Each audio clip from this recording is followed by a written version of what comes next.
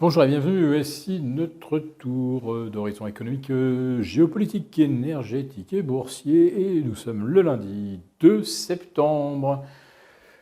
Pour savoir comment tourne la planète finance en ce jour de rentrée, eh bien c'est sur l'inforruptible et nulle part ailleurs. Et la thématique du jour, ça sera... Vous ne connaissez pas encore le nom du Premier ministre français ? Eh bien, nous avons la réponse. Allez, je commence par cette boutade. Ça fait maintenant plus de 2 mois et demi qu'on se demande qui pourrait bien devenir le Premier ministre de la France, alors que certains, à l'esprit un peu taquin, ont déjà la réponse depuis fin juin. En réalité, il ne fait de doute pour pratiquement personne qu'avec ses 1000 milliards de déficit supplémentaires, son déficit de 5% en 2024, après moins 5,5% en 2023, eh bien, le prochain Premier ministre de la France s'appelle Ursula von der Leyen. Bon, j'ai d'autres propositions. J'ai aussi BlackRock.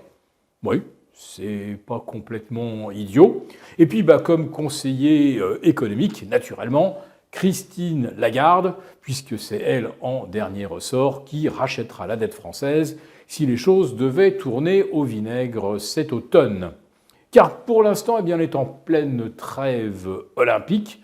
Donc les créanciers, semble-t-il, s'émerveillent de Paris et d'une France qui a l'air brillante, et on n'attaque pas pour l'instant la dette française.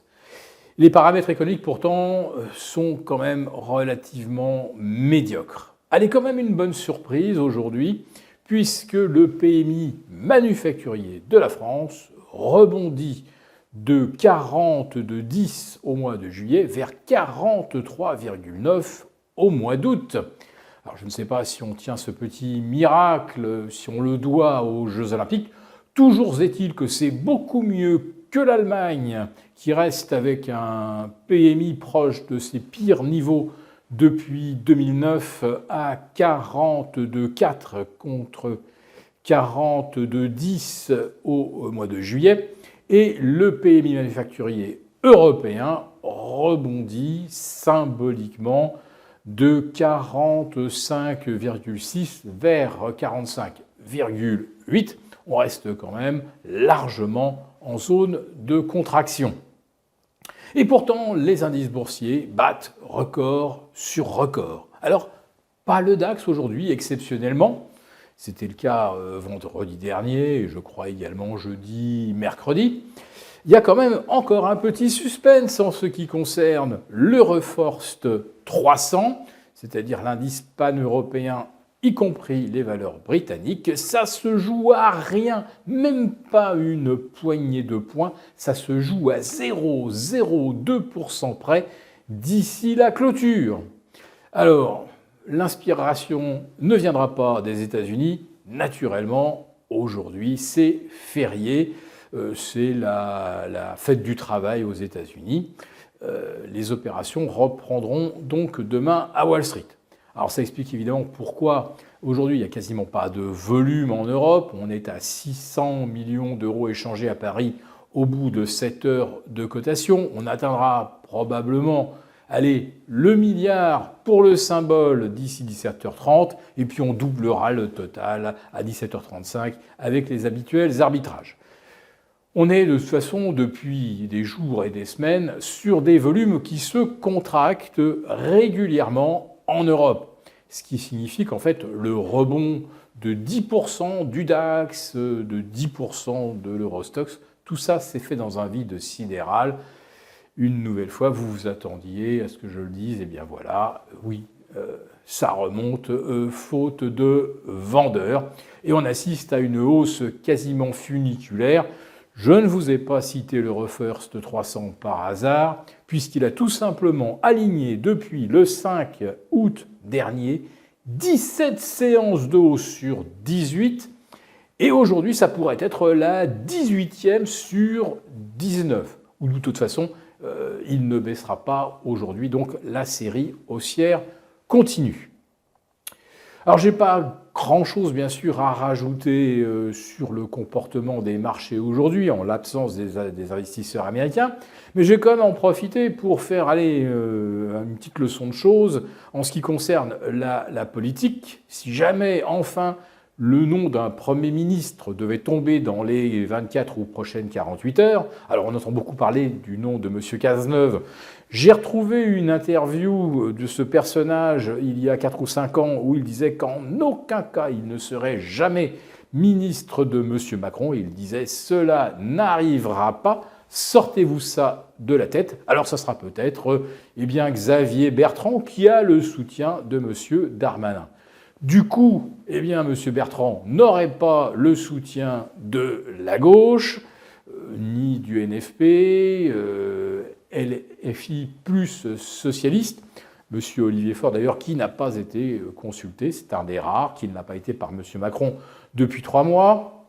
Et il aura également contre lui le Rassemblement national. Donc, qu'est-ce que ça veut dire ? Ça veut dire que à la première présentation du projet de budget 2025, le futur Premier ministre et son gouvernement pourraient faire l'objet d'une motion de censure. Alors on en parle beaucoup de la motion de censure. Il y a eu tellement de 49.3 et tellement de motions de censure déposées qu'on devrait se dire que c'est vraiment une arme constitutionnelle dont on devrait se méfier. Figurez-vous que depuis 1961, en réalité, chaque fois qu'il y a eu un 49.3 et qu'il y a eu dépôt de censure, ça n'a jamais abouti.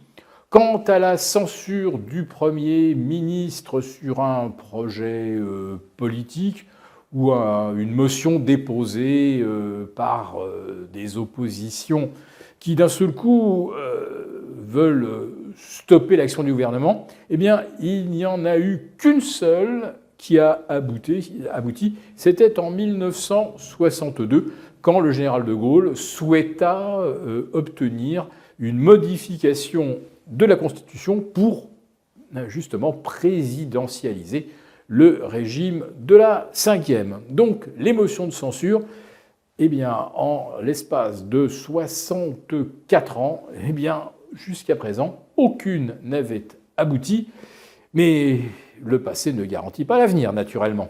Nous avons conçu à votre attention un rapport spécial que vous obtiendrez gratuitement en cliquant dans le lien en description de cette vidéo.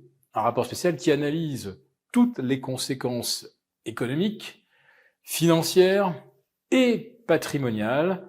Et bien sûr, ce rapport vous offre également des mesures, des initiatives à mettre en place très rapidement pour protéger votre épargne, celle de vos proches. Tout ça donc dans un rapport gratuit que vous obtenez en cliquant en bas de cette vidéo. Merci beaucoup d'avoir regardé cette vidéo. N'hésitez pas à réagir dans les commentaires ou à liker et partager cette vidéo si le contenu vous a plu. Et pour ne rater aucune de nos prochaines émissions, vous pouvez vous abonner à notre chaîne et activer les notifications. Et pour plus de contenu, n'oubliez pas que le dernier rapport rédigé par nos experts est accessible en cliquant sur le lien de description. On se retrouve tout de suite dans les commentaires et je vous dis à très bientôt pour une prochaine vidéo.